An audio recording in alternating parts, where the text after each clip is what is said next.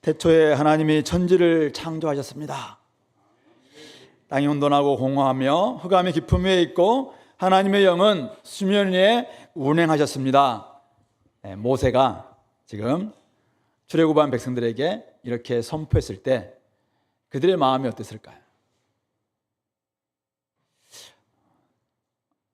출애굽의 과정들, 애굽의 모든 상황들 생각이 났겠죠. 그리고 자기들이 있는 시내 광야 그곳의 사람들을 또 생각해 봤겠죠. 이런 상황들 속에서 하나님께서 모든 것들을 창조하시고 계시구나. 오늘 말씀에서는 첫째 날부터 셋째 날까지 혼돈의 상태, 형태가 없는 곳에 형태를 만드신 사역이었다. 우리 지난주에 살펴봤어요. 오늘은 이제 공허의 상태, 텅 비어있는 그곳에 하나님께서 내용을 채워 넣는 사역을 감당하시는데, 특별히 동물들뿐만 아니라 우리 인간들에게 복 주시면서 참 좋다, 심히 좋다 이렇게 말씀하시는데, 이런 그때 처음 상태가 너무 좋았는데 자신들의 삶을 돌아보면서 하나님께서 우리를 보면서 참 좋다, 너무 좋다 이렇게 말씀하실까? 이런 것들 한번 생각해 보지 않겠을까? 오늘 우리 넷째 날부터 여섯째 날 사역을 오늘 통해서 하나님께서 인생들뿐만 아니라 모든 생물들에게 복 주신 하나님께서 복 주시고 참 좋다, 특별히 우리 인간들 보니까 너무 좋다 이렇게 감탄하셨던 그 하나님의 그 마음을 좀 우리가 묵상해 보면서, 어떻게 하면은 우리 인생이, 또 우리가 지금 살고 있는 이 땅이 하나님 보시기에 참 좋다, 내가 잘 만든 것 같다, 내가 너무 좋다, 주님께서 이런 정말 감탄이 나올 수 있도록 어떻게 하면 그렇게 만들 수 있을까? 이런 것들 한번 생각해 보는 시간 되었으면 좋겠습니다.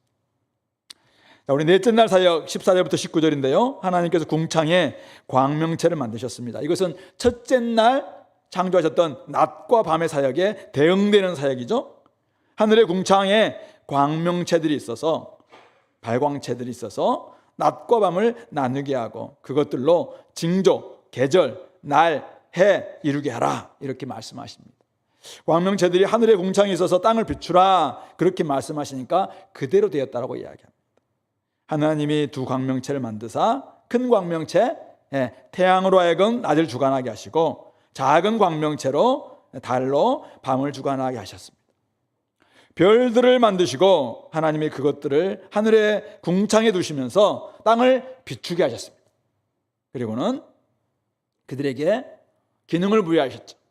너희들의 기능은 낮과 밤을 주관하게 하는 것이고 밤과 어둠이 이렇게 나눠지게 하는 모든 역할들을 너희들이 감당하는 거다. 주님께서 그렇게 말씀하셨어요.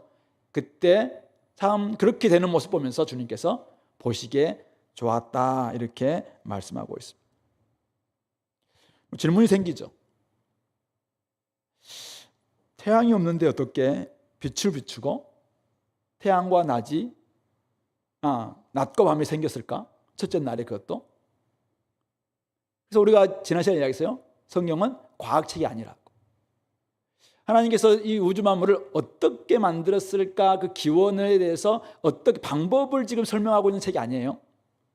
성경은 이 당시 특별히 고대 관점 속에서 BC 1400년에 1450년경에 모세가 지금 살던 시대예요. 그때는 과학이라는 거 몰랐던 시대입니다. 그때 지금 하나님이 그들에게 지금 하나님이 그들의 입장 속에서 그들에게 적응하시면서 그들의 눈맞춤 속에서 지금 이렇게 말씀해 주고 있는 것이죠. 과학은 계몽주의 이후에 17, 18세기 이후에 생겨난 학문이잖아요. 그러니까 그런 관점, 지금 우리의 관점에서 보면은 이렇게 말도 안 되는 게 있어. 첫째 날에 태양이 지금 넷째 날에 만들어졌는데 첫째 날에 낮과 밤이 생겼다고? 아니, 자전이 없는데, 태양이 없는데, 지구 자전이 없는데 어떻게 이게 가능하지? 이렇게 생각하죠. 근데 성경은 그런 책이 아니라고 이야기했어요. 성경은 과학적 요소가 있습니다. 그러나 과학책이 아니에요. 역사적인 부분도 있어요. 그러나 역사책이 아니에요. 또 문학적인 요소가 있지만 문학책이 아닙니다. 이것은 하나님이 어떻게 우리 가운데서 일하셨는가라는 것을 알려주고 있는 하나님에 관한 책이다. 그런 관점 속에서 오늘 이 본문을 봐야 합니다. 하나님은 광명체를 만들어서 낮과 밤, 그리고 하늘과 땅, 바다와 땅 위에 있는 식물들, 이런 것들이 다 이제는 돌아갈 수 있도록 만들어줬다.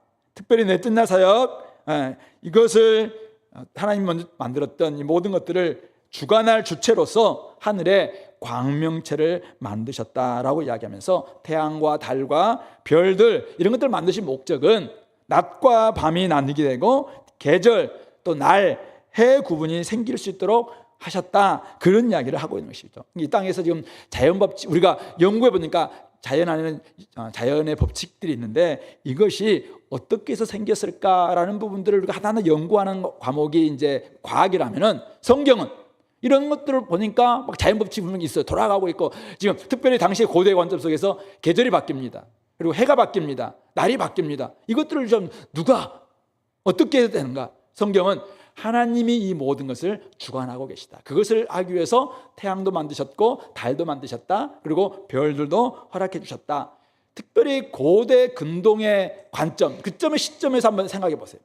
이들은 뭐 어떻게 대해서 궁금하지 않아요. 그들은 지금 농사를 짓고 있는 그들입니다. 특별히 애굽에서 열심히 관계 사업도 하고 막 그 풍요의 땅을 경험하기도 하고 때로는 가뭄을 경험하고 막 했던 그런 사람들에게 도대체 이것은 뭘까? 그들에게는 이제 태양신도 있었고 달신도 있었고 물신도 있고 다양한 신들이 있었어요. 그런 그들에게 지금 모세를 통해서 딱 말씀을 주시면서, 야, 계절이 바뀌고 해가 바뀌고 날이 바뀌는 것, 그런 구분이 생긴 것, 그것은 하나님께서 궁창에 해와 달과 별들을 만드셨기 때문이다. 어떻게 만드는지에 대해서는 과학이 풀어주면 될까요? 지금의 관점에서 알죠. 근데 그때는 그런 건 전혀 관심이 없어요. 그거에 대해서는 누가 궁금하지도 않아요. 그때는 도대체 우리가 이 먹고 살고 지금 살아가고 있는 이 시점 속에서 도대체 이것들은 누가 이 일들을 하고 있는가? 오늘 모세는, 하나님은 모세를 통해서, 야, 인간을 위해서, 인간 삶을 위해서 결국은 이 모든 것을 주관할 광명체들을 하나님께서 만드셨고 하나님께서 움직이게 하신다라는 것을 이야기하고 있는 것이죠.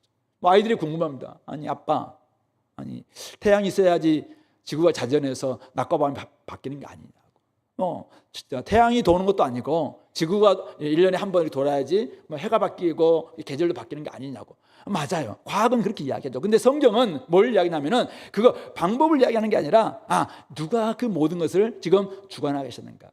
스티븐 호킹은 그래서 처음에는 하나님의 위대하신 일하다가 위대한 설계라는 책에서는 이거는 보니까 또 신의 작동이 아니라 자연 그 자체가 이 모든 것을 작동하고 있다. 그래서 위대한 설계를, 그 자연 그 자체가 위대한 설계다라고 이야기했지만, 우리가 믿는, 하나님 믿는 입장 속에서 어떻게 해요? 이 모든 것을 하나님께서 설계하셨고 하나님께서 이것을 지금 부여하심으로 말미암아 이렇게 자연이 이루어지고 있다는 것을 우리가 지금 말할 수가 있는 것이죠. 근데 당시 고대 근동의 관점 속에서는 그런 것에 대해서는 지금 궁금한 게 아니에요. 지금 오늘 우리 계절이 바뀌고 해가 바뀌고 날이 바뀌고, 그리고 우리가 농사를 짓게 만들기도 하고 짓게 못하게 만들고 있는데, 많은 사람들은 이것을 태양신과 달신과 막 이렇게 이야기하고 있는 그런 그들에게, 야, 무슨 소리야? 그것들이 신이 아니라 바로 창조주 하나님, 우리를 구속하신 야훼 하나님, 그분께서 진짜 하나님으로서, 창조주 하나님으로서 이 모든 것을 만드셨고 주관하고 계시고 그분께서 이것을 다 부여하신 거야. 지금 그렇게 우리에게 말씀하고 있는 것입니다. 그런 점에서 해와 달과 별들, 고대 근동에서는 다 신들이죠. 숭배할 대상들이었습니다. 농경사회에서 부와 풍요를 가져다주는 초월적 존재로 그들은 여겼습니다. 하지만 오늘 모세는, 하나님은 모세를 통해서 해와 달과 별들은 단지 하나님의 피조물에 불과하다, 이렇게 선포하고 있는 것입니다. 그것들은 인간의 운명을 좌우하는 신적인 존재가 아니라 또 두려워하거나 숭배할 대상도 아니다. 오로지 하나님의 대행자로서 땅을 비추고 주야를 주관하고 계절과 날과 해가 이렇게 바뀔 수 있도록 역할이 주어졌을 뿐이다. 그렇게 지금 말씀하고 있는 것이죠. 그런 점에서 오늘 우리가 이 넷째 날을 딱 묵상해 본다면은, 진짜 하나님 보시기 참 좋았다, 복 주시는 것이죠. 이 주셨다. 땅에 있는 인간들이, 땅에 있는 모든 것들이 다 창조주 하나님께 의존되고 있구나라는 것을 우리에게 가르쳐주고 있겠죠. 하나님 만드신 광명체들이 하나님이 부여하신 기능에 따라서 지금 열심히 자연의 법칙에 따라서 자기가 막 열심히 감당하고 있어요. 우리가 19세기, 20세기 언어로 보니까 이제 과학, 우주과학도 알게 되고 지구과학도 알게 되고 뭐 여러 가지 알게 되니까 이런 것들은 자전과 또 공전과 뭐 여러 가지를 통해서 이렇게 한다는 것을 우리가 설명하게 되었어요. 좋아요. 그것 가지고 우리가 맞습니다. 근데 이 모든 것들을 하나님께서 주권적으로 주셨기 때문에 이게 가능하다는 것이죠. 그래서 그들이 지금 돌아가고 있다. 그래서 그들이 계절과 날과 해를 지금 다 이렇게 주관하고 있는 그 역할들을, 기능을 감당하고 있는 것처럼 우리 인간도 하나님께서 이끄시는 대로 살아갈 때 가장 하나님 보시기에 좋은 상태구나라는 것을 우리에게 가르쳐주고 있는 것입니다. 우주 만물을 창조하시고 자연 법칙을 주관하신 하나님이 계시다.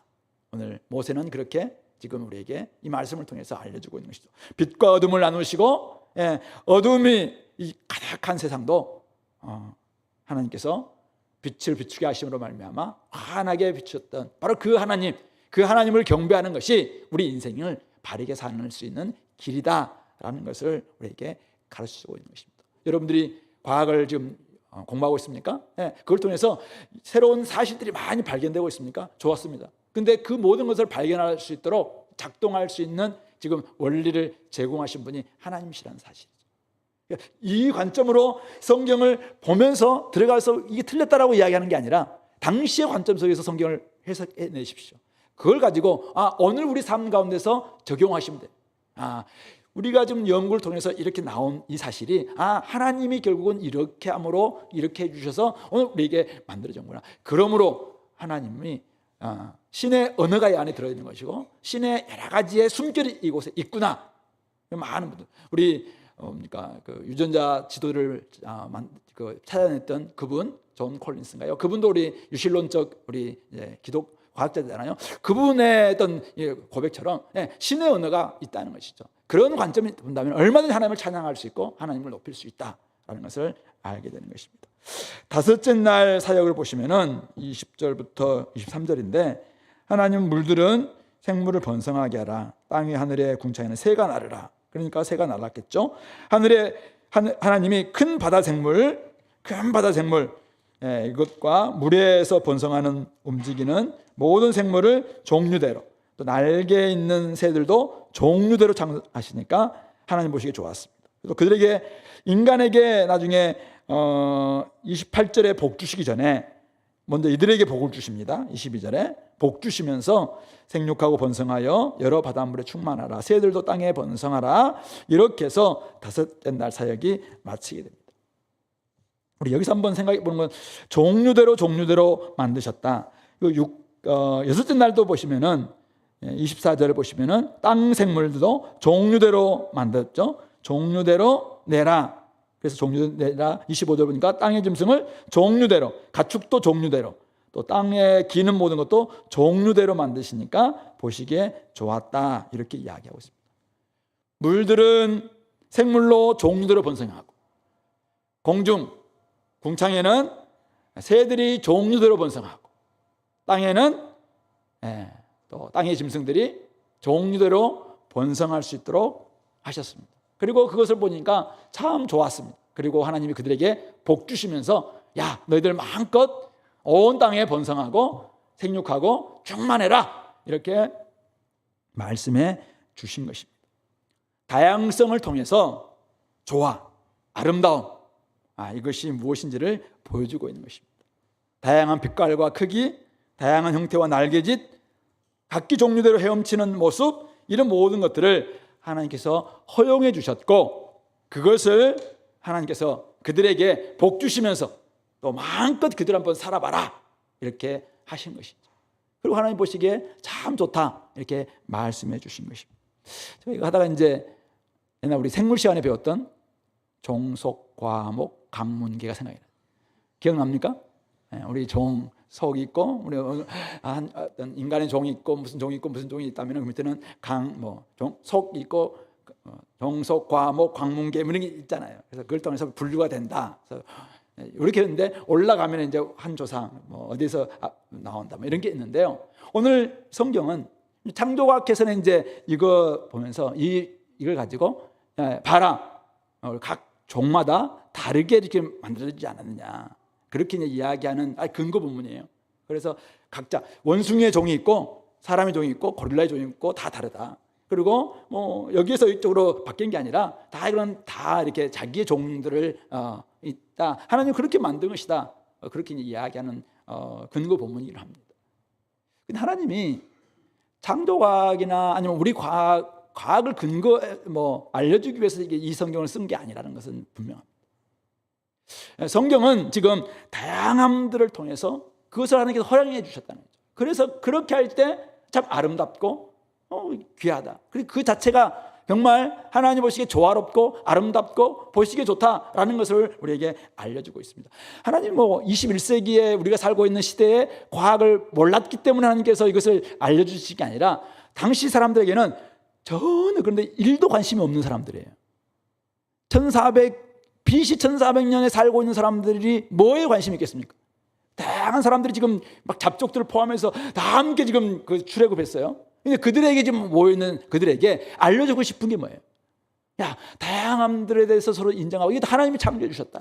다양한 하나님의 지금 창조다라는 것이 훨씬 더 중요하겠죠. 그러므로 말미암아 그 안에서 다양성을 인정할 때 훨씬 더 우리가 아름답고 보시기 좋고 하나님 복주부로 말미암아 번성하는 거, 이것은 문제되는 게 아니라 이게 하나님의 원래 모습이다. 그것을 알려주고 있는 것이죠.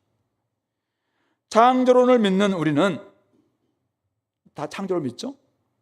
창조 과학과 창조론은 달라요. 하나님이 창조하셨다. 방법에 대해서는 다양하게 열려 있어요. 근데 창조론을 믿는 저 그리고 여러분들은 피조물의 다양성, 이것이 하나님의 작품이다, 창조의 결과다라는 것을 믿는 것입니다. 다양한 새들의 지저김, 우리가 우면산을 가보면은 딱따구리뿐만 아니라 다양한 새들 막 지저김이 있어요. 근데 그게 하나님께서 그렇게 그들에게 부여하신 하나님의 작품이구나. 특별히 아까 우리 봤던 우리 21절 큰 바다 생물들, 이게 고대 생물인데 고대에서는 큰 바다 생물은 굉장히 무서운 존재였어요.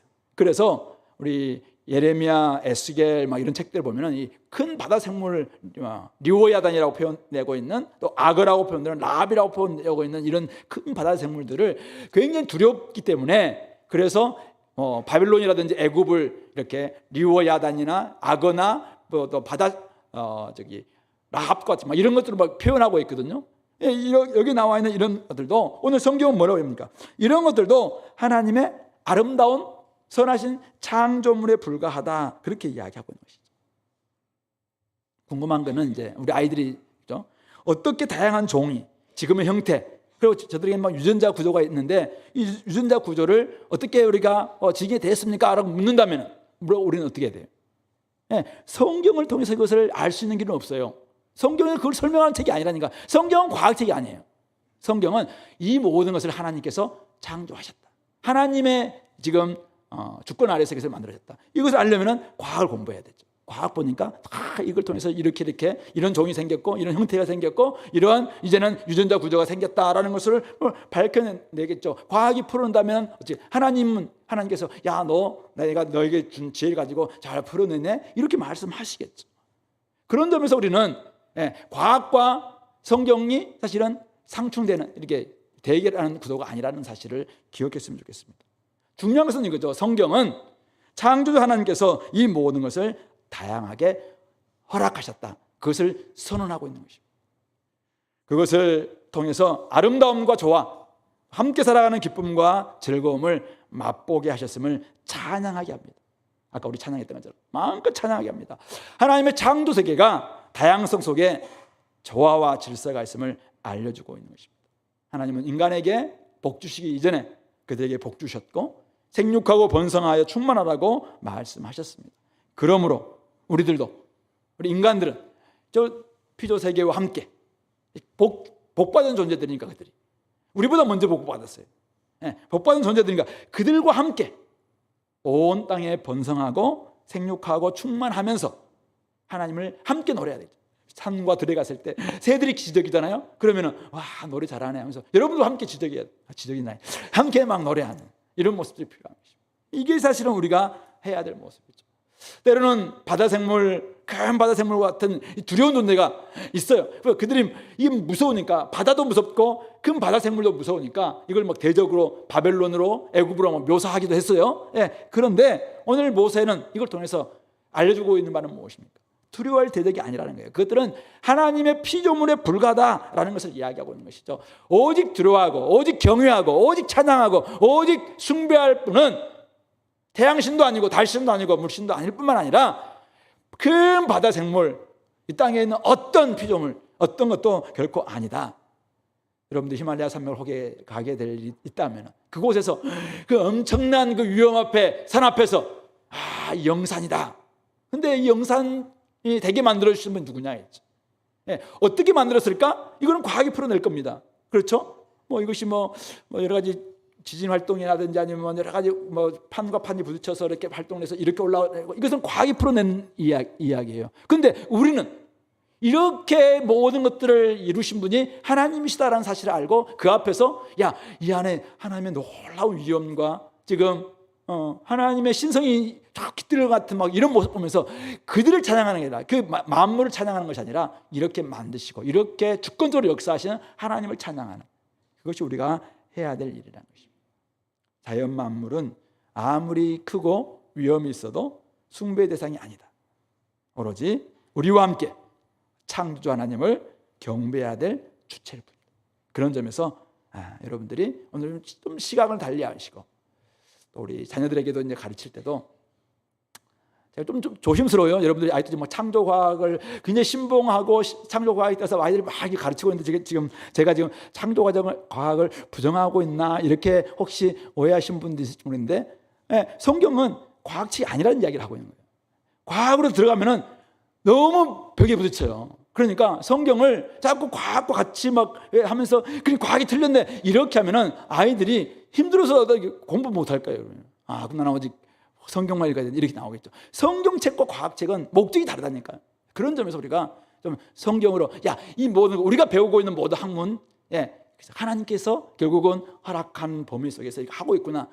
진짜 이걸 통해서 하나님을 높여야 되구나. 하나님은 우리에게 두 개의 책을 주셨어요. 하나는 자연이라는 책, 하나는 성경이라는 책. 자연이라는 책을 통해서는 이 방법에 대해서 우리가 연구하는 책이에요. 그러나 우리 아무리 연구해도 하나님 창조하지 거기에 근사값에 불과하다고 이야기했잖아요. 하나님 자연에 아무리 해도 온전한 그 자연 그 자체를 우리가 다 풀어낼 수 없어요. 그래서 오차도 있고 오류도 있고 또 다른 이론도 있고 그래서 겸손하게 과학을 공부해야 돼요. 이게 과학을 공부하는 태도죠. 성경도 아파요. 성경을 보면 마찬가지예요. 성경책은 정말 하나님이 어떻게 일하셨는가 이 모든 것을 이루신 분이 누구신가 이게 성경이 우리 주실 목적이에요. 성경을 통해서 우리가 얼마나 연약한 존재인가 이걸 깨달으면서 늘 내가 공부하고 있고 내가 일하고 있고 내가 지금 하고 있는 것에 대해서 다시 한번 마음의 태도를 바꾸게 만드는 게 성경이죠. 그런 점에서 여러분들 살아가면서 직장생활하거나 가정생활하거나 할 때 늘 두 개 여러분들 전공과 성경 함께 가지고 있어요. 그래서 전공을 통해서 방법을 늘 연구하세요. 이 땅에 살아갈 수 있는. 근데 성경을 통해서 누가 이 모든 것을 감당해요. 그리고서 왜 이걸 허락해 주셨는가? 그리고 방향은 앞으로 어떻게 될 것인가? 이것을 함께 보면서 다 같이 가야 되겠죠. 세 번째, 여섯째 날 사역에서 이제 하나님께서 땅 짐승과 사람을 창조하셨는데요. 자, 우리 26절 보시면은 먼저 인간을 만드실 때 의논을 의논. 우리의 형상을 따라 우리의 모양대로 우리가 사람을 만들고 그들로 바다의 물고기, 하늘의 새, 가축, 온 땅에 기는 모든 것을 다스리게 하자. 삼위일체 하나님께서 지금 의논하시는 것이죠. 그리고 그 의논이 딱 맞아서 이제 결정하셨는데 27절입니다. 하나님이 자기 형상 곧 하나님의 형상대로 사람을 창조합니다. 이 사람, 아담이라는 단어인데 이때는 아담이라는 2장이 나와 있는 그 한 인물이 아니라 인류 바로 인류를 만드셨어요. 그때 인류를 남자와 여자를 창조하셨다. 이 과정은 2장에서 돋보리로 확 확대해 주고 있죠. 남자와 여자를 어떻게 창조하셨는가? 바로 2장에서 확 열어주시면서 원래는 혼자 있는데 참 보시기에 좋죠. 하나님 형상대로 지을 받으려면 이게 공동체여야 되기 때문에 그래서 두 사람을 창조하기 위해서 2장에서 그 자세한 이야기를 우리에게 알려주고 있는 것이죠. 그리고는 복을 주십니다. 28절 하나님이 그들에게 복을 주시면서 말씀하시기를 생육하고 번성하여 땅에 충만하라, 땅을 정복하라. 이 땅을 정복하라 이 단어 때문에 그동안 우리 인간이 자연을 많이 훼손했습니다. 근데 이 정복하라 이 단어와 2장 15절 여호와 하나님이 그 사람을 아담을 이끌어서 에덴 동산에 두어 그것을 경작하겠다.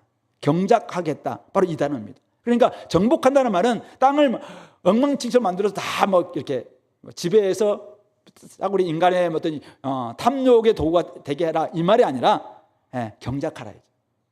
책임 있게 그것을 가꿔라라는 그런 의미입니다.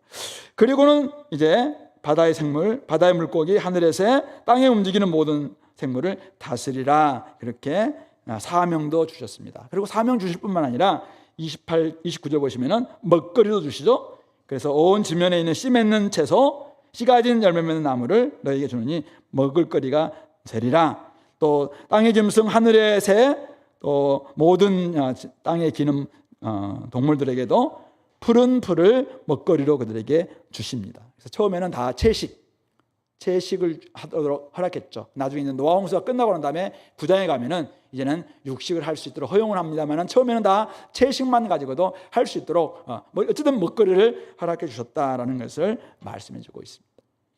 여섯째 날 사역, 인간을 창조했다는 점에서 창조 사역의 정점이 바로 여섯째 날입니다.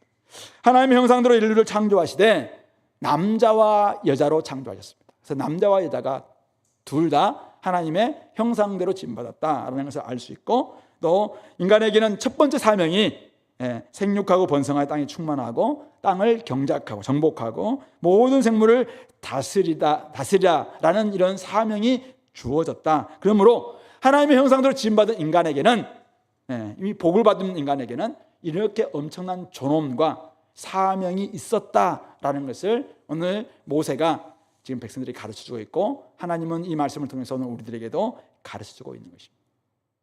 그렇다면 여기서 인간이 하나님의 형상대로 지음받았다는 뜻은 무엇인가?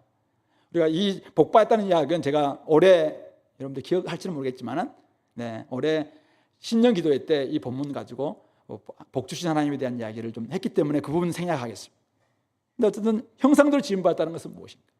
바로 창조주 하나님을 대리해서 원래는 하나님이 다 다스리죠. 그런데 인간을 창조하시면서 인간에게 너희들이 다스려라 이렇게 대리권을 주십니다. 창조의 대리자. 원래 형상이란 말이 고대에서는 왕들이 어떤 이거 영토를 딱 자기가 통치하기 위해서 형상을 딱 세워서 야 내가 이곳에 있는 모습이야 그러는 것을 깨닫도록 해서 형상 이마고라고 하는 이미지를 딱 만들어 놓은 거죠. 형상을 좀 만드는 거죠. 이걸 막 이제 성별 때 우상이라고 이야기하는 것이죠. 바로 그 같은 단어입니다. 그 형상을 우리 인간에게 하나님의 형상을 주셨다는 거예요. 하나님의 형상. 하나님의 통치권을 우리에게 주시면서 너희들이 이 땅을 하나님의 그 마음을 가지고 다스려라. 창조세계를 다스릴 수 있도록 위탁받은 것. 이게 하나님의 형상대로 받았다는 것의 첫 번째 의미입니다. 그러므로 형상대로 지음받은 우리 유일한 피조물이기 때문에 인간이 하나님 만드시고 복 주신 창조세계를 하나님처럼 관리하고 돌볼 책임이 있다라는 것을 이야기할 수 있습니다. 물론 이제 우리가 적용해서 이야기했지만 지금 타락해서 인간이 하나님 형상들이 많이 훼손됐어요. 그러므로 이 땅을 제대로 경작하지도 못하고 제대로 지켜내지도 못하고 제대로 관리하지도 못하는 부분이 있죠. 그래서 우리가 하나님 형상을 회복해야 된다라는 것을 이야기합니다. 두 번째 하나님 형상으로 지음받았다는 의미는 오늘 하나님 형상으로 지음받을 때 남자만 만든 것이 아니라 남자와 여자를 창조하셨습니다. 공동체적인 관계, 즉 하나님이 우리의 모양과 우리 형상대로 복수형이죠. 그러니까 결국 하나님은 삼위 하나님께서 이 일을 함께 해 나가는 것입니다. 그래서 하나님의 영이 수면 위에 운행하셨던 것처럼 또 우리 요한복음 1장에서 말씀이신 로고스이신 예수님께서 창조하셨을 때 그곳에 계셨던 것처럼 오늘 삼위 하나님은 함께 의논하고 함께 결정하고 함께 또 다스리는 이 사역을 감당하십니다. 그 형상을 그대로 인간에게 부여해 주시는 것이죠. 그러므로 독처하는 것은, 다른 것은 다 좋다고 이야기했는데 독처하는 것, 혼자 사는 것 좋지 않다라고 주님께서 명확히 말씀하신 것이죠. 그러므로 우리 더불어 사는 것, 이게 바로 하나님의 형상대로 지음받은 모습입니다. 특별히 남자와 여자로 창조해 주신 것이죠. 그런 점에서 동등하게 하나님의 형상대로 지음받았음을 깨닫고 남자와 여자, 또 아내와 남편 서로를 인정하고 배려하고 피조 세계를 함께 다스릴 공동 책임자, 공동 관리자로 여겨야 된다라는 것입니다.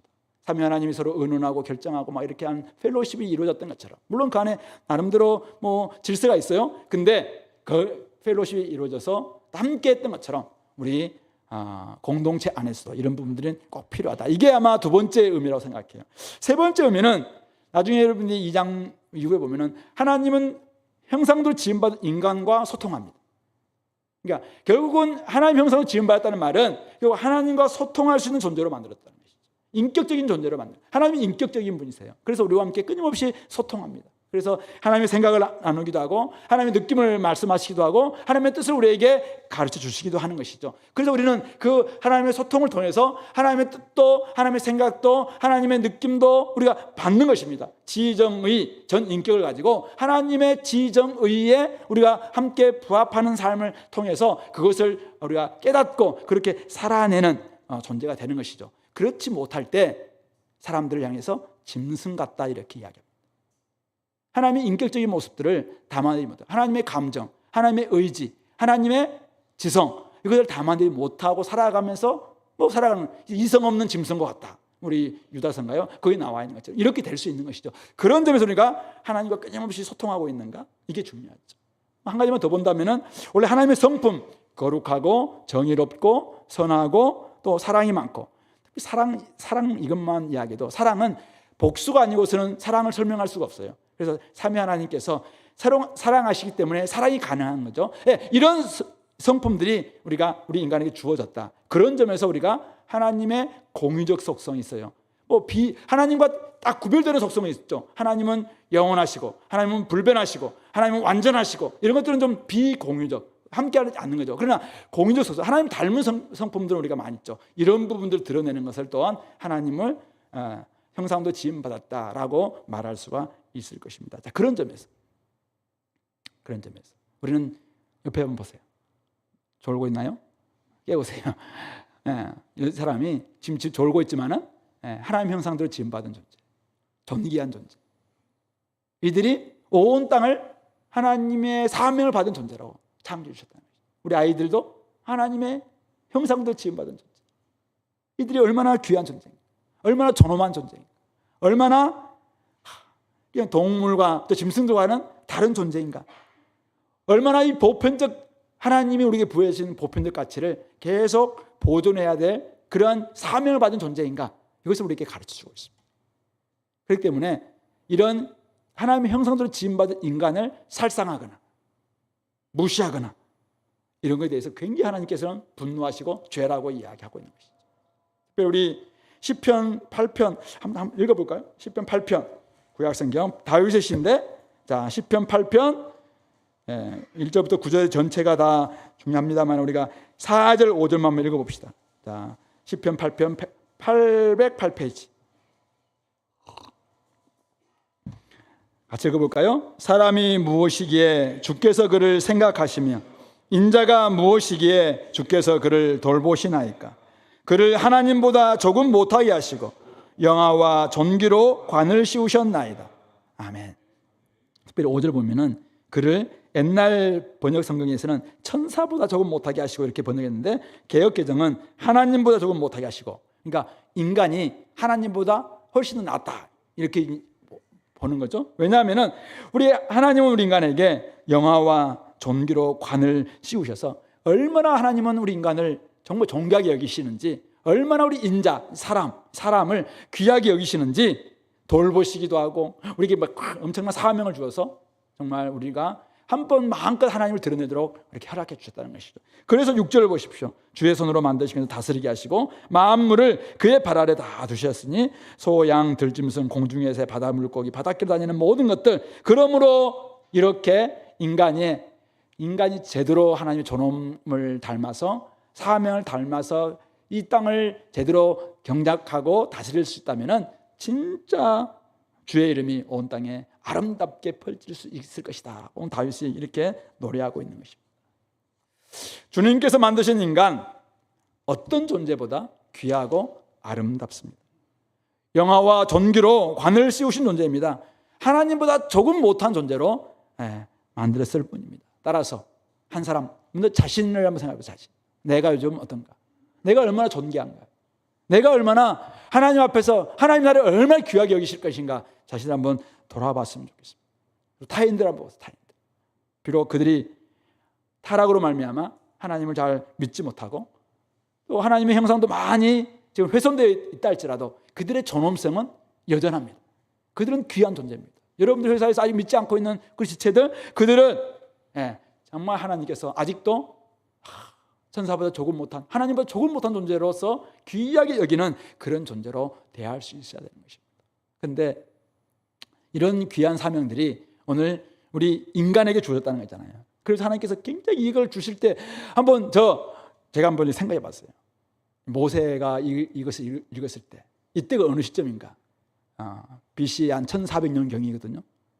1450년경. 애굽에서 출애굽한 애들 막 잡족들을 포함해서 만 60만에서 한 200만 명이 된다는 그 앞에서 이것을 이제 어떻게 낭독했을까요? 읽었을 때 하나님이 우리 인간에게 복 주셨다. 참 아름답다고, 심히 아름답다고 했다. 그런데 인간이 나중에 쭉 나오겠지만 타락으로 말미암아 이렇게 돼서, 그래서 우리 조상 아브라함을 하나님께서는 복 주셔서 온 땅을 충만하기 위해서 다시 그 복을 회복하기 위해서 아브라함을 부르셨고 이삭과 야곱과 요셉을 통해서 했는데 400년 동안 종살이 한 그들을 통해서 이제는 다시 한번 그들을 시내산에서 언약을 세우시고 그들을 통해서 막 이야기하십니다. 여러분들의 말로 온 땅에 하나님께서 충만하게 함으로 말미암아 여러분들이 온 땅을 복주게 만드는 그런 존재로 여러분들을 부르신 것입니다. 할 때 그렇게 쭉 앞으로 나갈 거예요. 근데 창세기 1장에서 원래 원형이 뭐냐, 원형이 원래 모습이 뭐냐 이죠. 이거 타락으로 말미암아 지금은 훼손되어 있어요. 타락으로 말미암아 지금은 많은 부분들이 이제 그 영광이 안 보이는 것 같아요. 하나님 보시면은 심히 좋았다라고 하는 모습들이 지금 너무 하나님이 막 마음에 아파서 한 번은 막 쓸어버리기도 하셨던 그런 세상이에요. 그런데 하나님께서 다시 한번 이 땅을 향해서 복 주시면서 너희들에게 기대하는 바가 크다. 지금 이렇게 이야기하고 있는 것이죠. 그렇다면 우리가 오늘 신약에 와서 예수님이 보이지 않는 하나님의 형상이라고 이야기하셨습니다. 그리고 바울은 우리가 하나님의 형상을 닮아서 지식에까지 새롭게 함을 입어서 이제는 회복돼야 된다고 이야기하고 있어요. 또 우리는 하나님 우리를 미리 아시고 미리 예정하시고 우리를 부르시고 우리를 의롭다 하시고 우리를 영화롭게 하시는 이 구원의 서정, 구원의 여정을 이끌어갈 때 그 하나님의 아들의 형상을 닮게 하기 위해서 이렇게 지금 하고 있다고 이야기했습니다. 그러니까 하나님의 아들을, 예수님은 하나님을 가장 잘 보여주는 하나님 형상이에요. 아들의 형상을 닮고 지식에까지 우리가 온전히 새로워질 때 가치관이 바뀌고 세계관이 바뀌고 눈도 바뀌고 이렇게 될 때 온 땅이 이렇게 새 하늘과 새 땅의 세상이 될 수 있다라는 것이 지금 앞에서 우리가 앞으로 성경을 쭉 읽어나가는 이 큰 이야기거든요. 그렇다면 우리가 하나님의 형상으로 지음받은 우리가 해야 될 가장 중요한 포인트는 무엇인가? 결국 우리가 하나님의 형상으로 지음받은 우리가 이 형상을 회복하는 것이죠. 하나님이 우리에게 주신 이 사명을 회복하는 것이죠. 그래서 형상을 회복하기 위해서 한 사람 한 사람들이 새 사람 되어야 됩니다. 한 사람 한 사람들이 마음을 새롭게 함으로 변화받는 사람으로 바뀌어야 됩니다. 그래야지 예수님의 형상을 닮을 것이고 정말 지식에까지 새롭게 함을 입는 하나님의 형상을 닮은 존재가 되어서 새로운 피조물이 되어서 온 땅에서 새로운 관계, 이제는 가정에서 부부관계 속에서 부자관계 속에서 종과 상전의 관계 속에서 새로운 모습을 보이지 않겠는가. 그러므로 우리는 우리에게 주어진 이 사명이 진짜 온 땅이 충만하고 온 땅을 복을 흘려보내는 이 사명이 우리에게 진짜 있는데, 이것을 감당하기 위해서 먼저 해야 될 일이 있어요. 먼저 해야 돼. 우리가 새 사람이 회복되는 것입니다. 하나님의 형상을 닮은 새 사람으로 바뀌는 것입니다. 새로운 피조물로 바뀌는 것입니다. 그렇게 할 때 가장 전략적이고 가장 하나님께서 기대하시는 그런 세상으로 바뀔 수가 있는 것이죠. 에베소서에서 그 이야기를 하고 있는 것이죠. 우리가 새롭게 함으로 변화를 받아서 그렇게 할 때 그리스도를 경외함으로 말미암아 우리가 진짜 서로 복종하는 모습이 될 수도 있고, 그렇게 할 때 부부관계도 하나님이 기대하셨던 관계가 될 수도 있고, 부자관계도 하나님이 기대하셨던 관계가 될 수 있고, 종과 상전의 관계도 하나님이 기대하셨던 그 관계가 될 수 있고, 될 수 있다고 이야기하고 있는 것이죠. 그런 점에서 우리가 형상, 많이 왜곡되어 있는 이 형상 회복할 수 있도록 사람을 바꾸는 일이죠. 주님의 일꾼을 끊임없이 오래 키우고 또 불러와서 바꾸는 이 일들을 감당해야 되는 게 아닌가. 그럴 때 이 창세기 1장에서 주셨던 이 명령이 사라진 게 아니라 진짜 이걸 제대로 할 수 있는 것이죠. 제대로 할 수 있어요. 만약 우리가 안 바뀌었는데, 우리가 새로운 사람이 안 바뀌었어요. 근데 자연만 바꾼다, 밖에 나가서만 바꾼다 하면은 결국 사람 때문에 지금 피조물들은 로마서 8장에서 뭘 기대하고 있습니까? 피조물이 지금 막 탄식하면서 기다리고 있거든요. 하나님이 창세기 3장에서 저주하심으로 말미암아 지금 땅도 저주 받는 가운데서 여러 가지 지금 굴복하게 하신 분에 의해서 굴복당하고 있어요. 그래서 어떤 탄식 가운데서 계속 빌고 있는 바가 있어요. 소망하는 바가 있어요. 뭡니까? 바로 인간들이 하나님의 아들로 변화되기를 기다리고 있어요. 우리가 몸의 구속, 몸의 부활, 몸의 속량을 받는 그날, 그래서 제대로 된 하나님의 아들이 막 탄생되기를 지금 우리 모든 피조물들은 막 기다리고 있어요. 허다한 증인들이, 믿음의 우리 장에서 허다한 증인들이, 우리 믿음의 선조들이 우리를 막 격려하면서 야, 그 길로 가, 믿음으로 가라고 격려할 뿐만 아니라 지금 모든 피조물들이 여러분 주변에서 땅과 바다와 하늘과 있는 모든 피조물들이 우리에게 계속 응원하고 있습니다. 주님의 교회, 여러분들이 바뀌어야 됩니다. 여러분들이 새 사람 되어야 됩니다. 여러분들이 새 사람 만들어야 됩니다. 그럴 때 저희들도 회복될 수 있습니다. 네, 말은 안 하고 있지 않지만은 피조물들은 지금 이것을 소망한다라고 분명히 로마서 8장에서는 이야기하고 있습니다. 그럴 때 이 새 하늘과 새 땅, 만물이 새롭게 되었다라고 고백하는 계시록 21장, 22장이 완성될 수가 있다고 저는 믿습니다. 그런 점에서 저는 우리 공동체가 이 일에 가치를 두고 함께 나설 수 있으면 좋겠다 생각을 합니다. 한 가지만 더 이야기한다면 전체적인 관점 속에서 하나님은 형태를 만드시고 내용을 집어넣으셨습니다. 개인으로 생각한다면 하나님 우리에게 좋은 성품을 가지고 있는 사람을 딱 보내주셨습니다. 좋은 사람은 기질을 가지고 있는 사람을 딱 보내주셨습니다. MBTI가 다 다른 사람들을 딱 이렇게 보내주셨습니다. 근데 이 사람이 살아갈 때 형태, 성품을 가지고 있다 할지라도 여기에 영양을 다 넣을 때 이 사람이 곳곳에서 쓰임받는 사람이 될 수 있잖아요. 좋은 성품 가지고 공부할 수 있는 여건이라든지 다 주셨지만 실력을 자기 갖추지 않게 되면 영향이 없으니까 결국은 성품은 가지고 있지만 사람들이 늘 좀 아쉽네 이렇게 하지 않겠어요? 그러면 우리가 이것을 개인이 그렇게 하는 것처럼 저는 우리 공동체가 하나님 우리에게 주은의 교회라는 형태를 딱 갖추게 해주셨어요.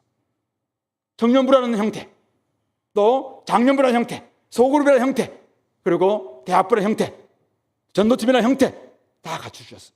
근데 이걸 통해서 우리 교회가 복음의 DNA로 한번 역동을 일으켜보자, 이 목표를 가지고 우리 달려가고 있는데 어떻게 하면 역동이 일어날 수 있습니까? 형태만 가지고 역동이 일어납니까? 거기에 따른 하나님의 주신 것들을 막 받아 먹어야 되지 않겠습니까? 오늘 피부에 썼던 것처럼 하나님 전신갑주를 입으라라고 이야기했는데 전신갑주를 입었어요. 그래요. 하나님이 이거 주신 선물 다 입었습니다. 다 입었어요. 다 이거는 하나님께서 만드신 일을 우리가 신뢰하는 것, 진리의 혈띠도 마찬가지고 의의 흉배, 또 복음의 평안의 복음에 준비한 신발을 신는 것, 또 믿음의 방패, 또 구원의 투구, 모두 다 하나님께서 하신 그 일을 우리가 힘입는 것, 이것입니다. 자, 그런데 다 갖췄어요. 형태를 갖췄어요. 딱 보니까 하나님의 전사 같아. 그런데 동력이 없어. 동력이 없어. 주님 안에서와 그 힘의 능력으로 강건해야 되는데 주님 안에 거하지 않아. 주님 안에서 늘 모든 기도와 간구로 무시로 이렇게 공급받는 동력이 없으니까 어떻게 해요? 몸이 무거운 거죠. 갖춘 것 자체가 사실은 힘들어. 그래서 나중에 그냥 벗는 거잖아. 그래서 내가 내 힘으로 싸우겠다. 혹시 이런 모습은 아닌가? 한번 우리 자신을 돌아봤으면 좋겠습니다. 하나님 우리에게 기능 감당하도록 다 지금 동력까지 허락해 주셨는데 그 형태만 갖춘 채 혹시 있는 것은 없는가? 그러니까 하나님이 야 보시기에 참 좋았다 이렇게 말하려다가도 조금은 야 조금 아쉽다 이렇게 하는 모습은 없을까? 자신들 한번 돌아봤으면 좋겠고요. 우리 다양성을 인정하되 저는 하나님의 창조 법칙들은 벗어나지 않도록 또 신경 쓰는 것도 필요하다고 생각합니다. 우리 안에 복의 다양성, 생물도 복받았고 인간도 복받았어요. 누군가가 이제 그 글을 썼다고 하더라고요. 반려자라는 말은 맞지만은 반려동물이라는 말은 틀렸다. 애완동물이지 왜 반려동물이냐? 반려란 말은 사람에게만 쓸 수 있는 단어다. 그 말 들으니까 맞네. 오늘 이 말씀 봐도 동물 복지 생각해야 됩니다. 그들에게도 하나님 복 주셨어요. 그러므로 그들이 참 복받을수록 필요합니다. 근데 인간을 대체해서는 안 됩니다. 남편 대신 개와 강아지, 아내 대신 그냥 강아지를 끌어안고 잔다. 이런 게 말이 되냐 이게.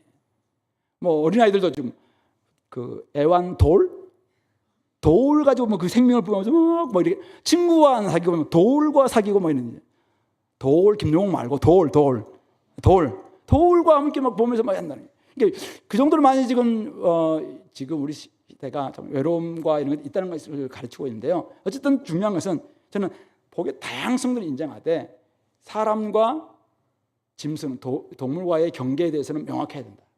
그래서 오늘날 워낙 우리 교회는 뒤에 아까 보니까 주차난이 있습니다.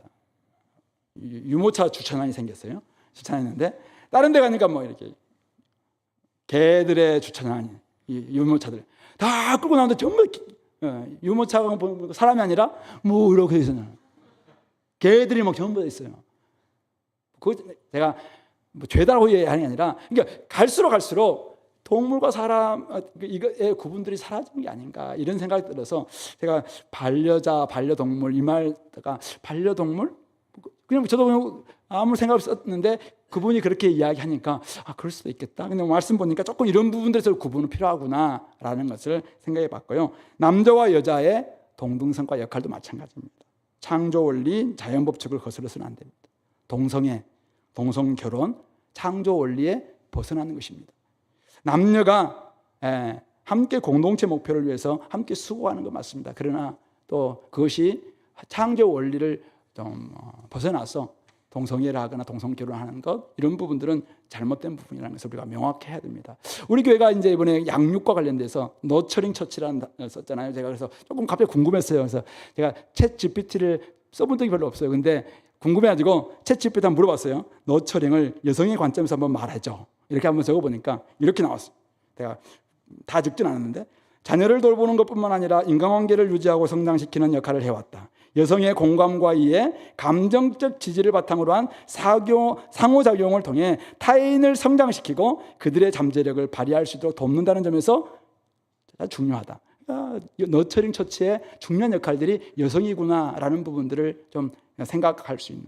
물론 제가 너무 뭉뚱그려서 명령을 넣다 보니까 이렇게만 나왔는데요. 여러분들 진짜 오늘 우리 너처링 처치를 통해서 우리 자녀 양육, 다음 세대 양육을 꿈꾸고 있다면은 우리 여성들의 역할도 참 중요하구나. 공감과 이해, 감정적 지지, 이런 것들 통해서 상호작용할 수 있는 이런 것들이 참 이 다음 세대를 양육하는 데 필요하구나. 그동안 몇몇 그냥 리더십만 좀 이렇게 세우는 게 아니라 다양한 리더십을 통해서 이런 것들을 통해 한다면 훨씬 더 다양한 우리 자녀들이 또 이곳에서 위로도 받고 또 지지도 받고 이렇게 할 수 있겠다라는 걸 생각했고요. 비건, 또 탄소로운 식탁, 제가 읽고 있는 책이 한 거 있어요. 탄소로운 식탁. 우리 식탁이 너무 탄소를 많이 배출하는 이런 식탁이라는 거예요. 그런 점에서 좀 더 우리 자연을 보호하기 위해서는 탄소를 많이 배출하지 않는 이런 식탁을 좀 이용했으면 좋겠다. 이런 책들인데요. 많은 분은 공감하고 이것을 어떻게 지킬 수 있을까? 지난주에 한 5개 정도를 고기만 먹었던 기억이 있는데 회개가 되고 이러는데 이런 부분들 생각하니까 적극적인 우리 자연보호 노력이 필요하다. 이런 생각이 드는데 또 채식주의자 제가 책 보면서도 도대체 굉장히 어렵다. 그런데 이것은 이런 또 퍼포먼스는 뭐지? 이렇게 했는데 한마디로 그런 한쪽의 부분들을 많이 조금은 폭력성이라든지 이런 것들을 비판하기 위해서 우리 한강 작가가 썼다라고 이렇게 이야기하던데 어쨌든 이런 부분들에 우리 알겠어요. 근데 결국은 우리가 자기 것을 주장하는 것은 맞는데 다른 사람의 부분들까지도 폭력적으로 막 혐오를 조장하거나 배제시키거나 이런 부분들은 이 다양성을 인정하지 않는 부분이 모습이 아닌가. 그런 점에서 우리가 비건 좋습니다. 탄소로운 식탁 이거 좀 고쳐보자 라는 부분들을 강조하기도 하고 이렇게 하는데 어떤 사람들은 때로는 그냥 또 고기를 먹어야 될 사람들 있잖아요. 그런 사람들에서 막 혐오하고 이렇게 해서는 또 결국 안 된다는 것이죠. 그런 점에서 이 다양성에 대한 부분들은 함께 한번 생각해 보면 좋겠다 이런 생각도 듭니다. 어쨌든 말씀을 정리하는데요. 하나님께서는 동물에게도 인간에게도 복 주셨습니다. 무엇보다도 하나님 형상대로 지음받은 인간이 하나님이 맡기시는 그 사명을 감당할 때 그 복이 흘러가고 유지될 수 있을 줄 압니다. 그런 점에서 우리의 역할, 사명은 너무나도 중요합니다. 우리가 얼마나 중요한 위상을 가지고 있는가. 인간으로서도 위상을 가지고 있고 또 나중에 타락한 세상 가운데서 우리를 회복시켜서 교회로 하나님의 참 새로운 피조물로 만드신 우리의 위상은 훨씬 더 중요한 점이죠. 그런 점에서 우리가 새 사람이 될 수 있도록 애쓰고 또 새로운 사람들을 이끌기 위해서 만들기 위해서 애쓰는 우리 공동체 될 수 있게 되기를 간절히 소망합니다. 같이 한번 말씀을 생각하면서 함께 기도하겠습니다. 자신에게 주신 말씀이 무엇인가요? 하나님 아버지 우리의 사명 잘 깨닫게 도와주시고 이 땅에서 또 주님의 영상을 담는 사람들 만들 수 있도록 주여 함께 해주시고 그러므로 말미암아 온 땅을 회복시키는 그 일에 우리가 또 사용될 수 있도록 도와달라고 같이 기도하겠습니다. 하나님 아버지 은혜를 감사합니다.